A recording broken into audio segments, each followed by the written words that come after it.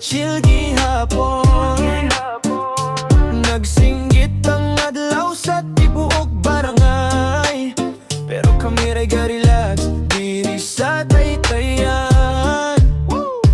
Hayang kalbo sa kainit karon, init kaayo pero chill gihapon. Bisag unsa pa kagrabe ang adlaw ay problema, di gud makalabaw kay ang silaw sa adlaw mo slide ra sa upaw nga ulo murag salamin pa. Nagkayo kayo ang kainit sa kalibutan, pero ang kalabaw relax lang gihapon.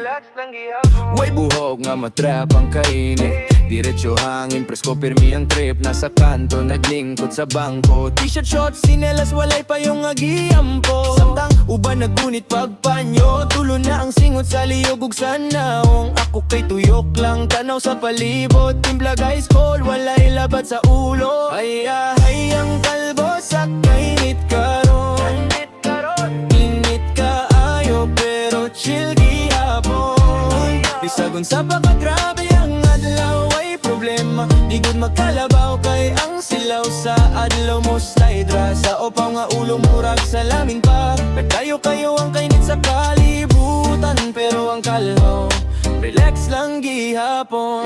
Inig buntag di na kinahanglan suklay, diretso gawas andam na sa away. Selfie sa kalsada, hayag kayok frame ang ulo gasidlak, murag highlight sa name. Manguta na sila, di ka ba giinitan, mangkusan na iradugay ng igalaning adlaw. Sungkis trane, way arte, kalbo pero fresh, walay problema sa parte.